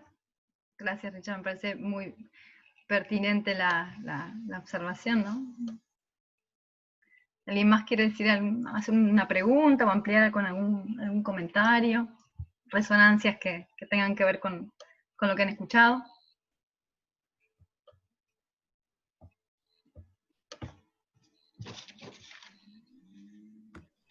Sí. Carla. No puedo escribir en el chat porque estoy desde el celu. Te escuchamos. La verdad que muy interesante, bueno, todo lo que escuchamos. Pensaba un poco cuando escuchaba por ahí de mi pasaje mínimo por la psicomotricidad, en algún momento, digamos, algo muy importante que aparece en la construcción, digamos, del eje corporal, es la posibilidad de sostenerse en la adrenalina, le digo yo, ¿no? Y pensaba cuando hablaban de esto de la bulia, o de no tener ganas de ciertas cosas, o como no estar motivado, esto que decía la cordobesa, perdón, pero no. Vivi, Son Viviana. muy mala con los nombres. Vivi, bien. Encima si no lo tenés que recordar. No, por eso. Y cuando decía esto de la motivación, pensaba justamente en esto, ¿no? De la pulsión de curiosidad, ¿no? De la pulsión de ir ahí a ver qué hay, o a ver qué a mí me interesa de algo, y que muchas veces es esto lo que está anulado en muchas personas con discapacidad, al menos es lo que yo me he encontrado.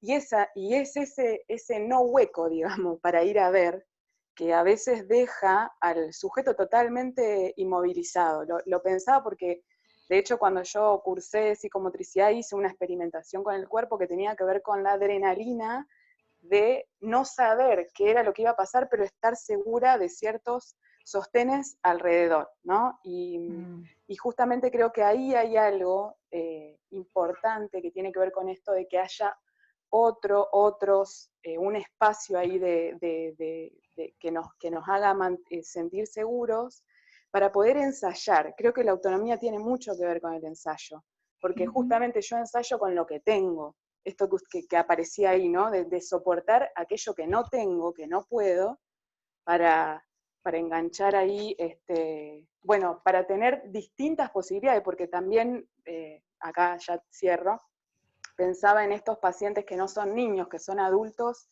pero con muchísimas dificultades, inclusive para hablar, para comunicarse, y que muchas veces en transferencia nuestro gran esfuerzo como acompañantes es intentar darle una palabra a eso que aparece ahí, y inventarnos o reinventar una pregunta a eso que aparece ahí, para dirigirnos a ese sujeto, y en ese punto pensaba por ahí lo importante, que es esto de la cooperación, y me pareció muy interesante esto del esfuerzo que hace ese sujeto a veces por cooperar y que no es visto.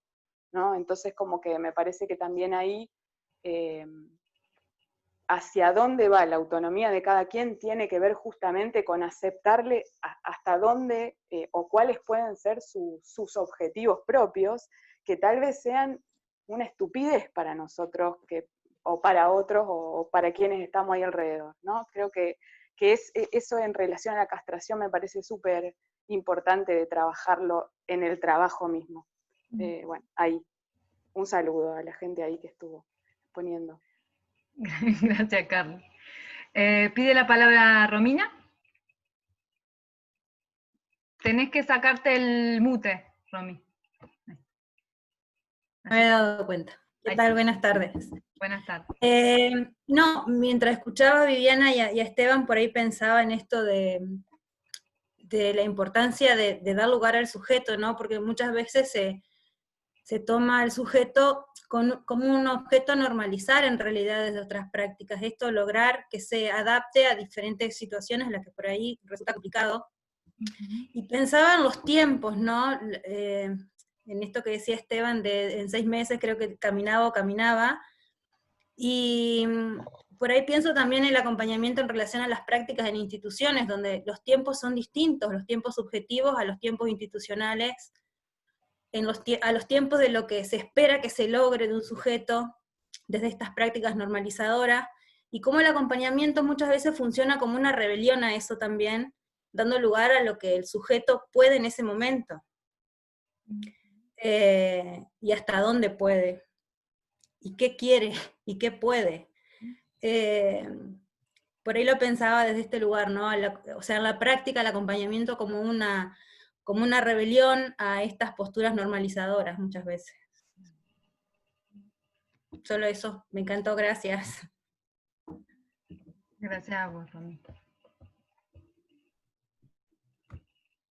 ¿Alguien más quiere tomar la palabra, retomar algo de lo que se haya dicho?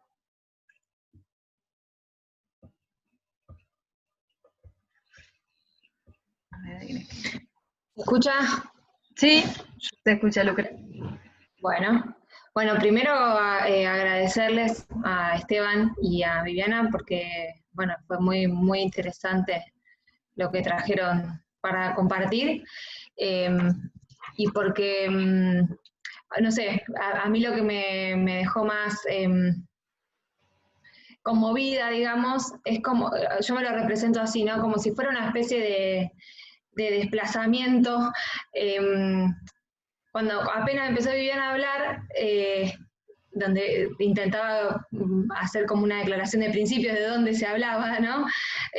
Pensaba en esto de que para mí, yo no trabajo en este momento con el campo de la discapacidad y he trabajado en otro momento, pero nunca, no sé si alguna vez me lo pregunté exactamente qué pienso yo por discapacidad o por autonomía, pero sí pensaba que muchas veces la autonomía está en relación a estos discursos más normativizantes o neoliberales, está muy ligada a la posibilidad de es autónomo el que puede aprender a instrumentar su cuerpo para lograr las cosas que quiere, o que precisa o que desea, como algo de la instrumentación del cuerpo ligado a la posibilidad de la autonomía, como algo más ligado al yo, justamente. Y esto que traen ellos hoy, ustedes, digo, es como un desplazamiento en relación al sujeto, no al yo. Se puede ser autónomo en la medida en que se puede instrumentar el cuerpo incluso también, pero para hacerle lugar a una emergencia más subjetiva, no a responder a la posibilidad de, bueno, esto que el otro compañero decía, como autovalerse sin un otro, digamos. Eso, me pareció como interesante ese corrimiento de dónde está puesto el eje, dónde se es autónomo, digamos. Y que, por otra parte, lo interesante es que desde estos discursos se pone el horizonte en la posibilidad de esa instrumentación, y en realidad cuando operamos escuchando al sujeto, justamente por añadidura se produce otra autoinstrumentación del cuerpo, digamos, ¿no? Pero es por añadidura, no el objetivo, digamos, como si por ahí pasase la autonomía en sí misma, digamos. No sé, se me armó como eso, que me parecía como nuevamente otro gesto rebelde del psicoanálisis, apropiarse de esto, porque Esteban decía, no es un concepto psicoanalítico, pero así como el capitalismo se apropia de los sujetos, nosotros también nos podemos apropiar de esos conceptos y usarlos a partir de la resignificación del psicoanálisis. Uh-huh. Uh-huh. Así es. Jonathan, bueno, Olivia agradece a todos, no, Olivia no, Cintia Chufeni, pero me aparece Olivia, okay. Bueno, gracias. Sí. Sí, Maite. Hago un pequeño agregado a lo que dijo Luque, de que sí hay un psicoanalista que habla de autonomía y que está muy bueno, que es Castoriadis, que habla de esto de dictarse las propias leyes y bueno, lo hace desde el psicoanálisis, que está bueno para sumar a todo lo que estamos hablando en la lectura que hace Castoriadis. Ajá, interesante. Ajá. Yo me voy a autodar la palabra un segundito. Siempre me quedo como con las ganas. Me parece sumamente, me han parecido sumamente valiosos los dos aportes, en el sentido que son un diálogo en la diferencia, ¿no?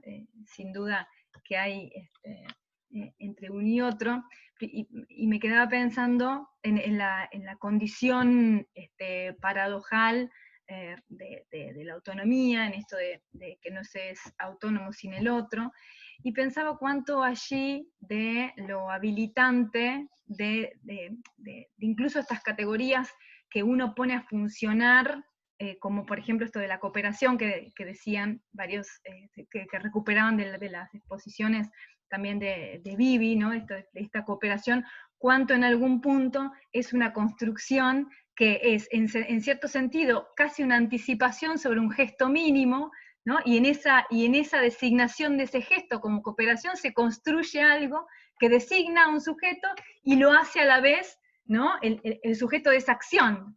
Y en esa dialéctica también que ustedes planteaban, ¿no? Como inherente a las habilitaciones, también lo es inherente a las dificultades, ¿no?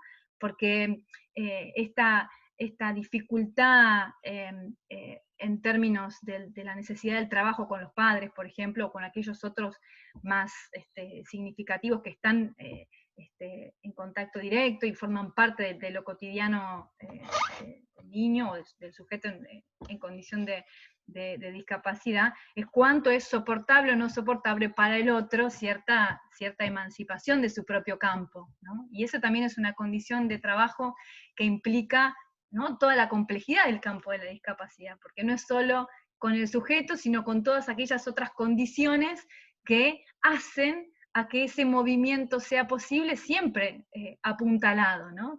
Siempre apuntalado, siempre apuntalado en el sentido de que incluso las funciones más instituyentes que ustedes traían, que son muy valiosas, que sitúa Doltoy, Winnicott también, es esa base de sostén sobre el cual una madre, ¿no? Acepta, hoy justo a la mañana trabajábamos respecto al riesgo, ¿no? Acepta tomar cierto riesgo, ¿no? De dejar al niño caminar, ¿no? O la posibilidad de soltar un poco el control sobre ese cuerpo, que al inicio ni siquiera es propio para el niño, para que devenga propio una vez que el otro ha podido hacer ese corrimiento, tomando cierta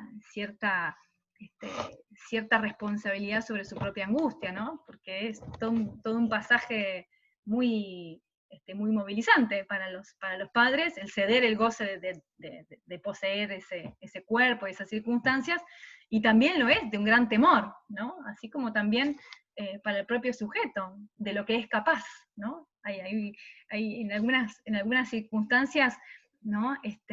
Aparece incluso como un gran temor en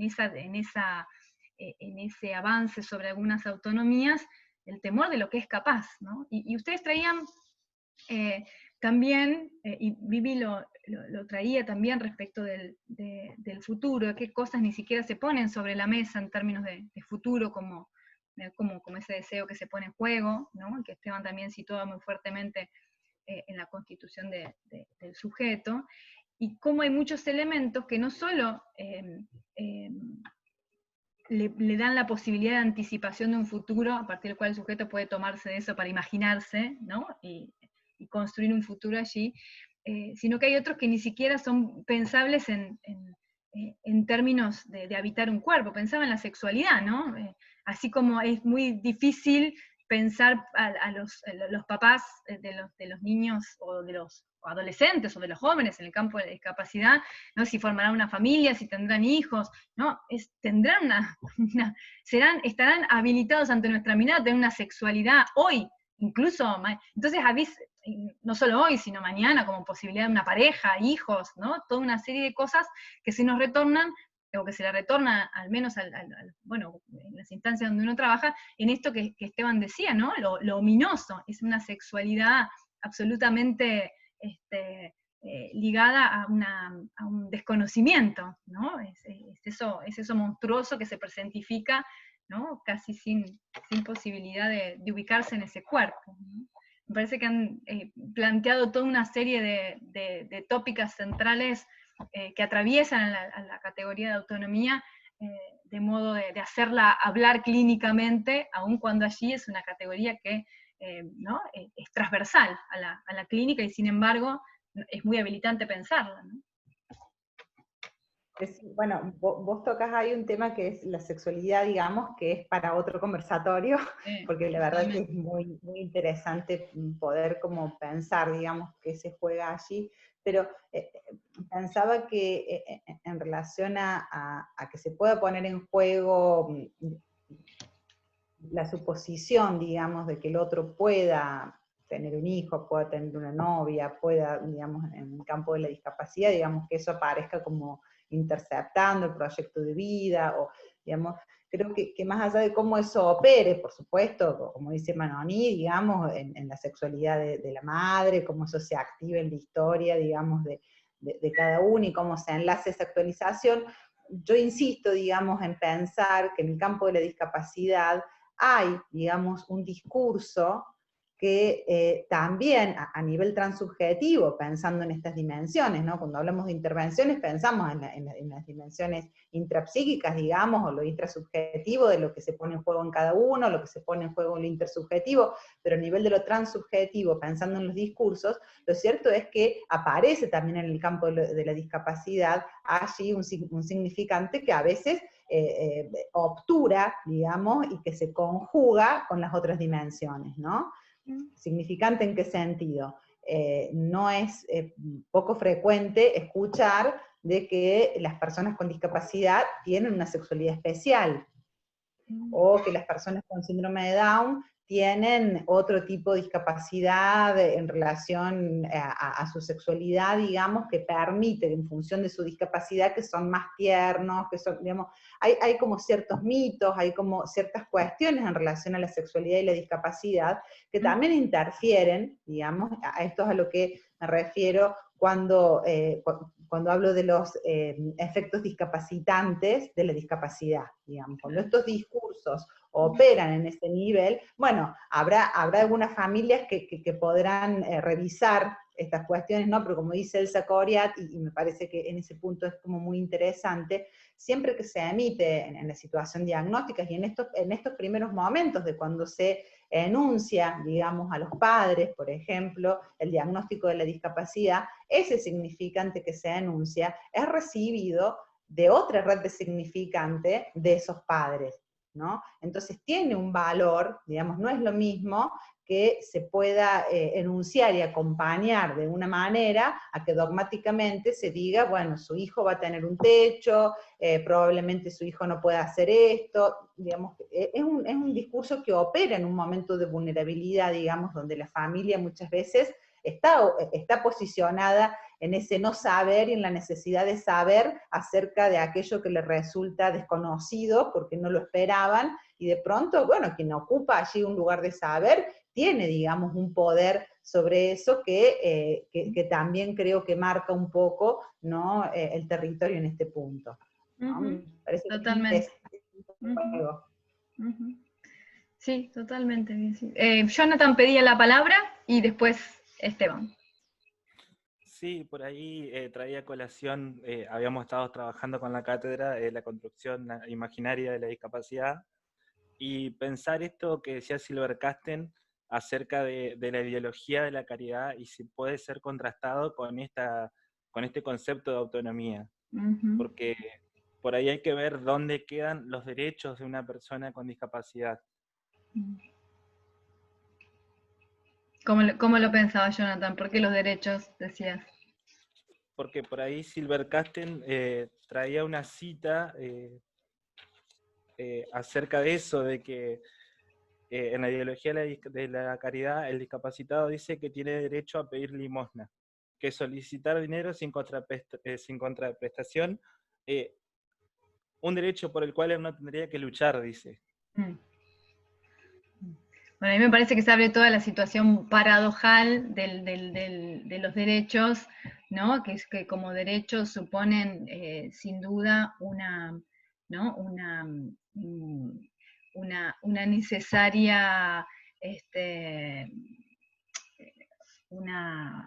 necesaria, un necesario apuntalamiento respecto a esa restitución de derechos, lo cual no quita, me parece que es interesante el contrapunto entre la autonomía como una posición subjetiva diversa en la que puede ser tomado en términos del discurso de la caridad, ¿no? Ese contrapunto me parece que es interesante de pensarlo, ¿no? Como en cierto sentido algunos discursos, en la línea de lo que decía Vivi, ¿no? En algunos discursos que propician el bien, por el bien del sujeto, hay toda una objetalización en la que quedan en ciertos circuitos más inhabilitantes, ¿no? Sí, sin duda. Claro, por ahí, hacer el bien, pero ¿a qué costo? O sea, desde una mirada más asistencialista o desde la singularidad del sujeto. Y Esteban, por ahí, bueno, perdón, sí, Jonathan. No, y después con respecto a lo que decía de la sexualidad también, bueno, habíamos estado viendo, fue justo antes del receso, bueno, lo de la tramitación edípica en las personas con discapacidad, que también me pareció reinteresante, y aprovecho, digamos, para agradecer este encuentro, la predisposición. Buenísimo. Gracias, Jonathan. Esteban, la palabra. Voy a hacer un chiste. Había la mitad de una hoja escrita sobre la sexualidad y no la leí. No. Esto es bien importante. ¿Por qué? Porque de entrada, es decir, si hay tópicos problemáticos cuando hablamos del campo de la discapacidad, uno es la autonomía, ¿sí o no? Que se pone como ideal máximo alcanzar, porque de entrada sabemos, es decir, el texto de la negación de Freud es claro. Ese paciente que llega y dice, o la mamá que dice, o el paciente más bien, porque tampoco se trata de culpabilizarlo, no se trata de decir que son culpables. No. Sino más bien ese que llega con la demanda de decir, mire, quiero que sea autónomo, en realidad es al revés. No, eso no se quiere, porque eso destruiría todo el sistema como está construido. Pero es bien curioso porque la sexualidad siempre aparece. Y es bien curioso porque hay dos momentos de aparición de la sexualidad. Porque no hay una sexualidad para la persona en condición de discapacidad. Sexualidad es sexualidad. La sexualidad humana. Problemática para todos. ¿Sí o no? Un laberinto para todos. Digámoslo así. Y es bien curioso, ahí bien importante, porque justamente hablando con Viviana, yo le proponía algo así como que tendríamos que invertir las preguntas. Tenemos que empezar a preguntarnos al revés. Es decir, este tipo de preguntas, por ejemplo, ¿qué va a pasar cuando él esté solo? ¿O él podrá estar solo? No, la pregunta es al revés. ¿Él podrá estar con otros? Por ejemplo, ¿qué va a pasar cuando nosotros no estemos? No, más bien, ¿qué está pasando ahorita que estamos? ¿Por qué? Porque efectivamente esta pregunta del qué va a pasar cuando nosotros no estemos, que es una pregunta muy neurótica, porque el neurótico, sobre todo el obsesivo, siempre cree que la vida está después de la muerte, y mentira, la vida está antes de la muerte, digámoslo así. Es un punto bien importante porque la persona en condición de discapacidad, o que, más bien voy a decir algo, como diría un psicoanalista de acá de Colombia, no hay peor déspota que el vulnerado, digámoslo así, sin tapujos. Y aquí habrá que preguntarse también entonces sobre lo que se introduce con Jonathan, que pareció muy chévere, ¿sí o no? Del discurso de los derechos, que es también lo que se juega ahí, porque también tenemos que preguntarnos por el goce, que era alguien que lo introdujo también ahora, Sion Richard creo que era, que habrá que preguntarse por el goce, porque efectivamente a veces en el discurso de la caridad, en el discurso del bien por el otro, en el discurso de eso, estamos vaciando de goce a la persona como tal. Y recordemos que hay posición de goce. Recordemos que quizás para todos no va a ser una posible salida ir más allá de la discapacidad. Quizás algunos fue la única forma que encontraron de existir. Y ahí es en donde efectivamente el psicoanálisis es radical y va a la singularidad absoluta. Que eso no quiere decir que habrá que luchar por derechos colectivos. Claro que sí. Y lo digo desde un país del cuarto mundo que acaban de hacer masacres en la última semana, masacre pasando un día y van matando como 50 personas, así, de la nada. Hay que hacer, por ejemplo, luchas colectivas, claro que sí. Pero la pregunta aquí, o al menos si la introducimos de este campo, habrá que ver también de la posición de goce de. Y ahí, en eso del goce, es bien curioso porque el goce implica, en un texto de Lacan que se llama Psicoanálisis y Medicina, es el único texto que yo he encontrado así que Lacan es puntualito y dice qué es deseo, qué es placer, qué es goce, ¿sí o no? Hay muchos más, pero en ese Lacan fue humilde y nos dijo, ¿sí o no? Y es bien curioso porque Lacan diría algo así como, ¿qué es deseo? Deseo es la escala de goce, dice. Es la escala del goce. Es una escala de compromiso en el goce. Eso quiere decir que no podemos pensar como el goce como algo malo ni como algo bueno, sino más bien como algo amarrado al deseo. Que habrá que ver también cómo se juega esto ya específicamente en X persona, esté en la condición que esté. Y es por eso también que me gustaría aclarar que no hay ni psicoanálisis para discapacitados, ni psicoanálisis para niños, ni psicoanálisis para adultos. No, el psicoanálisis es psicoanálisis. Y recibe al sujeto en cualquier formato que llegue. Digámoslo así. Hay formatos. Un formato de niño, un formato de adulto, un formato de anciano, un formato de persona en condición de discapacidad, o la palabra que le quieran poner, porque fijo ya de aquí a 10 años la cambian, ¿sí o no? Que eso también da un punto de real del campo de la discapacidad, que no podremos dejarlo pasar. Lo inatrapable de la diferencia, lo innombrable. Algo que yo siempre hablo con Viviana, y lo he tocado en otros puntos, es que efectivamente, por esto que acaban de escribir ahí, de la construcción imaginaria, en menos de 50 años hemos pasado por al menos 4 o 5 palabras para nombrar la discapacidad. Mongólico, inválido, discapacitado, habilidades diversas, etcétera, etcétera. Vendrán más. Capacidades diferentes. Capacidades diferentes, efectivamente. Y van a venir más. Yo siempre, el último me gusta más porque... Especiales. Eso, especial, angelitos, bueno, como quiera. El último me gusta más, el de habilidades especiales, porque al menos me acuerdo cuando yo era niño y miraba X-Men y miraba que la casa del profesor X es la escuela de habilidades especiales para mutantes, por ejemplo, ¿sí o no? Entonces me hace pensar la habilidad especial de otra forma. Alguna vez hicimos en Surcos, que es donde yo trabajo, todos los 31 de octubre, al menos yo lidero eso, ¿sí o no? Yo tengo una política bien loca. Y es que todos los 31 de octubre se celebra el Día de las Brujas, el Día de los Niños. Yo lidero como que el lado oscuro de Surcos, digámoslo así, ¿sí o no? Y está el lado claro, el lado bonito, el lado rosa, el lado del dulce, el lado del unicornio, el lado de la nube rosadita para el niño. Y yo lidero la otra parte y yo siempre propongo una casa del terror. Y siempre propongo y me sostengo en que el niño necesita el terror. Para ser niño necesita sentir miedo.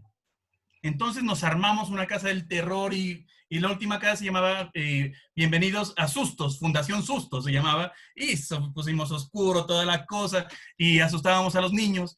Y todo el mundo se sorprende porque cada año, desde hace 6 años, los niños siempre quieren repetir. Esté en su silla, no esté en su silla, lo lleve su mamá, esté con su bastón, como pueda. El niño dice, ahí. Claro, la mamá dice, no se me va a asustar, no el niño. Y es bien interesante porque ese tipo de pequeñas elecciones que hace el niño son paradójicas. Y ahí es donde tenemos que poner el lugar del goce. ¿Sí o no? Que por un lado está el goce particular, que eso nos llevará a preguntarnos sobre nuestro compromiso, digámoslo así, ¿sí o no? Sobre el grado de compromiso que haya, el deseo, etcétera. Y también sobre lo que introducía Jonathan, que me parece muy importante, lo de los derechos colectivos. Que lo uno no borra lo otro, pero tampoco quiere decir que lo uno solucione lo otro. No. Nadie se podrá salvar de la pregunta que cada uno tendrá que hacerse sobre cómo goza y cómo desea, digámoslo así. Así esas preguntas no tengan respuesta. Así tengamos discapacidad o no tengamos discapacidad. Y eso me parece bien importante resaltarlo. Entonces solo quiero decir eso porque el tema de la sexualidad nos remite al uso del cuerpo. Cuando se es niño ya hay dos sexualidades, la sexualidad infantil, no dos sexualidades, no, dos momentos de la sexualidad. La sexualidad infantil, el primer momento, antes del estado de latencia según Freud, y la sexualidad de la adolescencia, que es cuando se levanta el estado de latencia y retorna ya de una forma activa lo aprendido de pequeño. Y es bien curioso porque ya sea en la primera o en la segunda, la sexualidad quiere ser expulsada del cuerpo de la persona en condición de discapacidad. Expulsada en tanto manifiesta que goza distinto y desea distinto. Y si podemos hablar de la autonomía, más allá de lo imaginario que es el concepto, podremos hablar de un goce autónomo y un deseo autónomo, autónomo del otro, aunque está arraigado en él y se generó gracias a él. El deseo es deseo del otro. Bueno, solo quería decir eso. Sí. Recordaba tu casa del terror. Algún día los invito, cuando quieran, vengan. Hay que, el terror lo necesitan.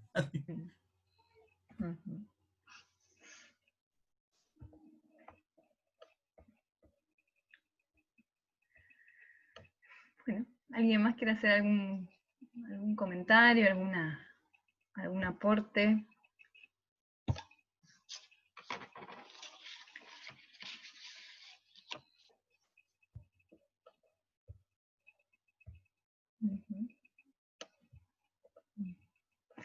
Ustedes trajeron en varias ocasiones muchos conceptos que son casi fronterizos, ¿no? Respecto del psicoanálisis, que siempre los tenemos como ubicados un poco del borde para afuera, ¿no? Que me parece súper interesante cómo en algún punto la clínica con algunos sujetos en el campo de la discapacidad hace ¿no? rever algunas cosas que a veces quedan en esos márgenes, ¿no? La alegría de vivir y el ganarse un cuerpo, ¿no?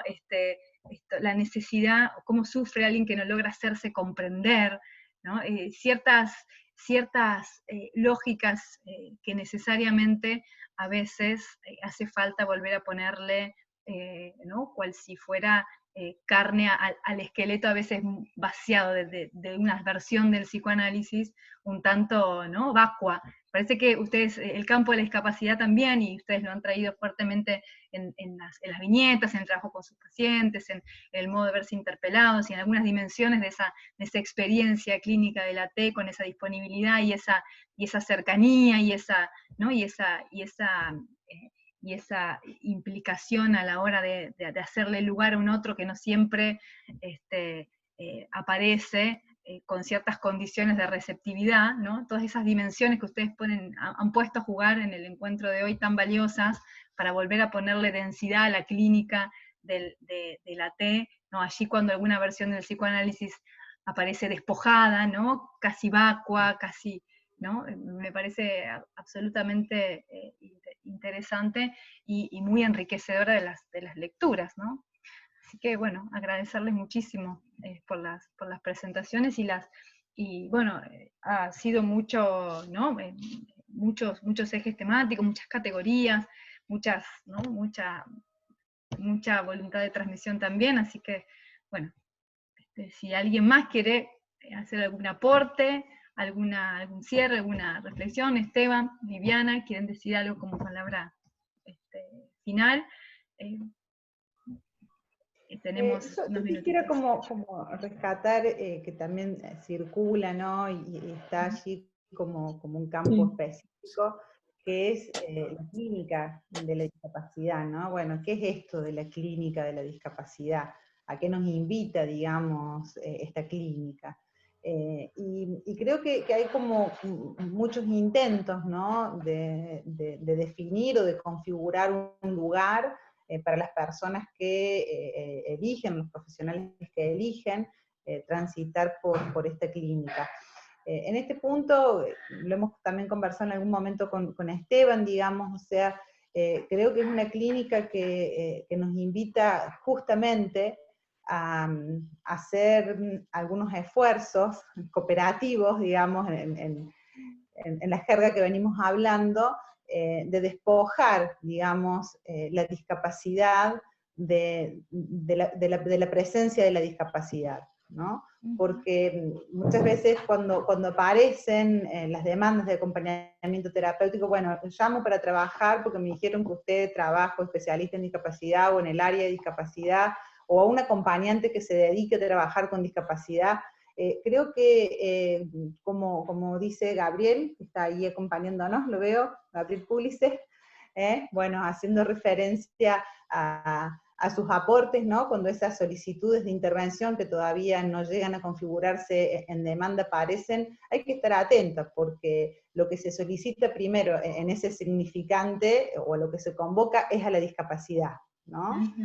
Entonces, bueno, creo que es un trabajo de construir, ¿no? Lo que aparece allí como condensado en ese significante de discapacidad, ¿no? Bueno, se hablaron como varias cuestiones en relación a eso, ¿no? El no poder, el no saber, el no... Bueno, que sí creo que en esta clínica aparecen, digamos, bajo ese significante instalado, y que en la convocatoria creo que hay algo de eso que tiene que empezar a ser como develado para que pueda aparecer el sujeto. En todo caso, y esto me parece como interesante, que en todo caso, si el sujeto decide enunciarse como discapacitado, me parece que es válido, digamos. Si el sujeto decide hacer uso de su discapacidad, me parece que es válido, pero no sin el sujeto y no sin su decisión acerca de esa posición, ¿no?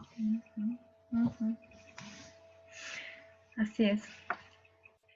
Bueno, si les parece, bueno, aprovechando que está el próximo invitado del segundo encuentro, Gabriel Pulice, los invitamos a encontrarnos nuevamente en el segundo encuentro que daría continuidad a este primer encuentro de 2020, para darle continuidad a esta apertura de algunos temas que suponen siempre no ponernos a pensar juntos y abrir ¿no? ciertas consistencias para ponerlas a trabajar. Así que, bueno, les agradecemos muchísimo a Esteban, a Viviana, los invitamos al próximo encuentro con Gabriel Pulice, que está con nosotros hoy acá, también un referente importante en el campo de la T de Buenos Aires, y va a estar con nosotros acompañando a Gabriel, Mauricio Germán desde Brasil,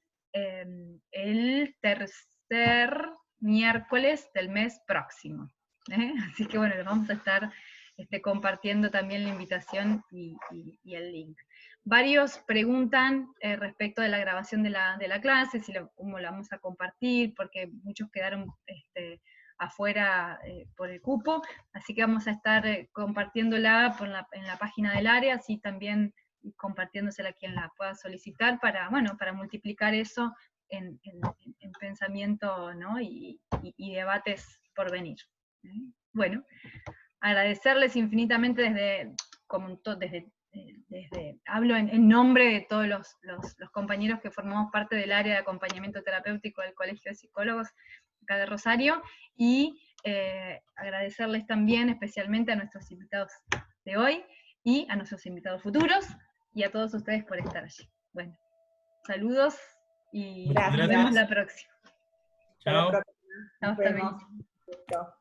Muchas gracias. Hasta la próxima.